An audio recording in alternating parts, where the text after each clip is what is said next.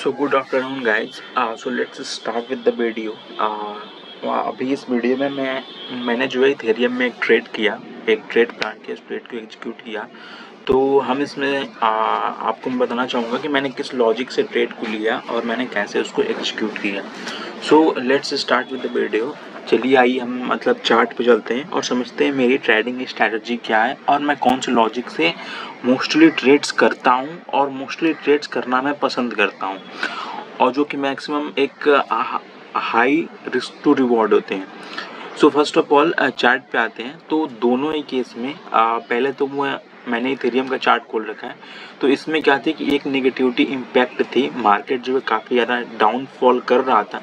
यदि हम देखें तो 200 EMA जो हमारा है वो 200 EMA के नीचे चल रहा था मार्केट। तो मोस्टली मार्केट में जो है नेगेटिविटी थी, लेकिन फिर भी हमें क्या किया, हमारा जो सपोर्ट से बाइंग वाला जो कॉन्सेप्ट है कि हमें सपोर्ट एक अच्छा मिले, तो उस सपोर्ट से हम क्या करेंगे कि बाय करने की अपॉर्चुनिटी खोजेंगे, क्योंकि वहाँ पे ये होती है कि वहाँ पे हमारे रिस्क काफ़ी कम होते हैं और रिवॉर्ड बहुत ज़्यादा मिलता है।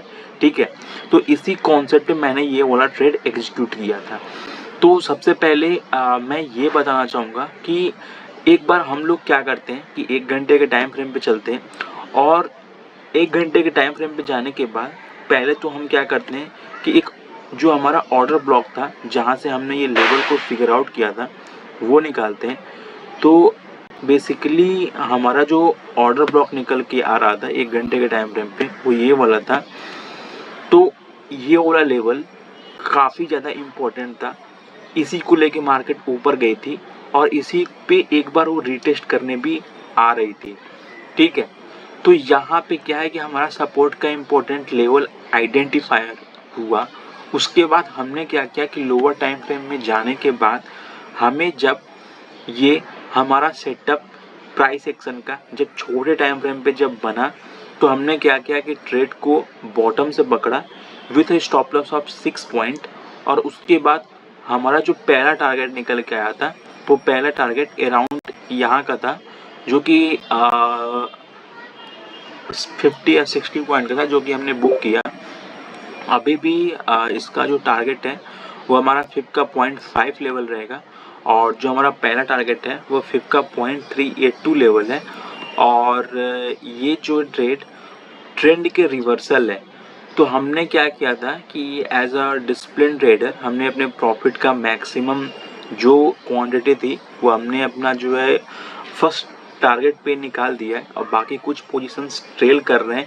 यदि ये जब तक 9 EMA के ऊपर रहता है तब तक हम इसको ट्रेल करते रहेंगे for a high risk to reward trade. और that was the trade in the behalf of which I have been executed it and I have did it। आपको मैं ये बता दूं कि मेरा जो पहला टारगेट था वो अराउंड 5 का पहला लेवल था, दूसरा टारगेट यहाँ पे है और जो ये वाला टारगेट है ये यहाँ तक की जाने की मेरी पॉसिबिलिटी है कि ये 4581 तक जाए। यदि लेट सपोज जाता है तो it will be good enough, else it's fine to be thing.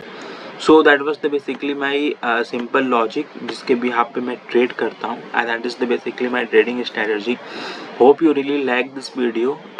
If you like it, so you can comment if you need some more further clarification that how the things is happening on, so that it can be better for me to create the further videos. And if you are lagging it, then you can hit the subscribe button too. Thanks for watching the video.